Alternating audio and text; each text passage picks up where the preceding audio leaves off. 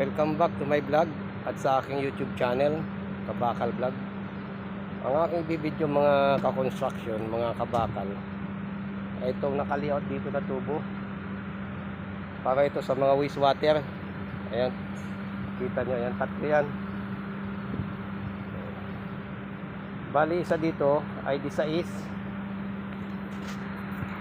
Ito, disais siya na tubo. Ayan.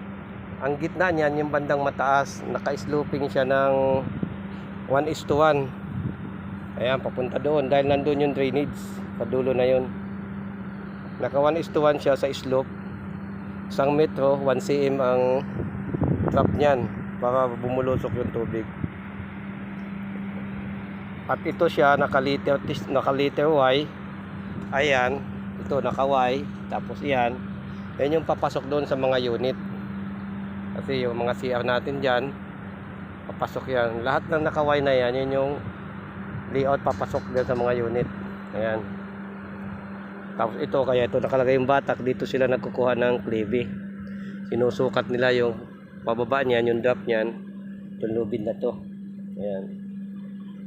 Bali mga kabakal pala, kaya yan ay tatlo. May kanya-kanyang tubig dyan na tatapon kung saan mga galing yan. Ayan.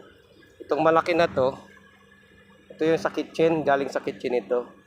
Water waste na galing sa kitchen. Dito yan tatakbo lahat, dito sa malaki na to. Ayan. At ito namang sa gitna natin, mga kabakal, yan sa gitna, ito. Ang tatakbo naman dyan sa mga floor drain. Yung floor drain naman ang galing doon sa mga CR na naliligo o naguhugas ng paa. Iba pa naman po yung takbo ng may layout din sarili yung galing sa mismo sa tangke, napapuntang tangke, may sariling layout yun. Sanitary. Ito naman, isang ito, ayun, may nakatayo na tubo na yan, nadidos, saka dugtong, nakaabang din. Yan naman ay para sa aircon yan, mga kabakal. Kaya tatlo sila na magkakatabi. Galing sa aircon na tubig, ito galing sa floor drain, at ito naman galing sa kitchen. Kaya tatlo yan. Pero ang isa ko nakita rito, dapat ito, na D4 na to, pareho na nitong disais. Kasi volume ang tubig din niya nadadaan. Ayan, tsaka ito. Itong aircon, di gaano. Ito dapat sa floor drain manggagaling. Dapat yan, malaki din yan. Para hindi siya mabulunan yung tubig. Yung tubo, hindi mabulunan yung tubo. Kasi hindi lang naman tubig dadaan yan. Minsan may mga dumi-dumi rin.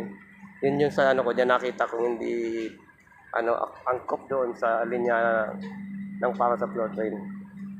At kung nagustuhan nyo ang ganitong content o ang ganitong video, please naman, palike naman dyan at pasubscribe na rin upang matulungan ang aking YouTube channel mga kabakal. Ganon din sa mga nanonood ng aking video na dumadaan sa inyong mga wall, tulong nyo na lang sa aking YouTube channel. Maraming salamat at God bless sa inyong lahat. At Merry Christmas advance. Naway ligtas tayo lagi sa lahat ng oras.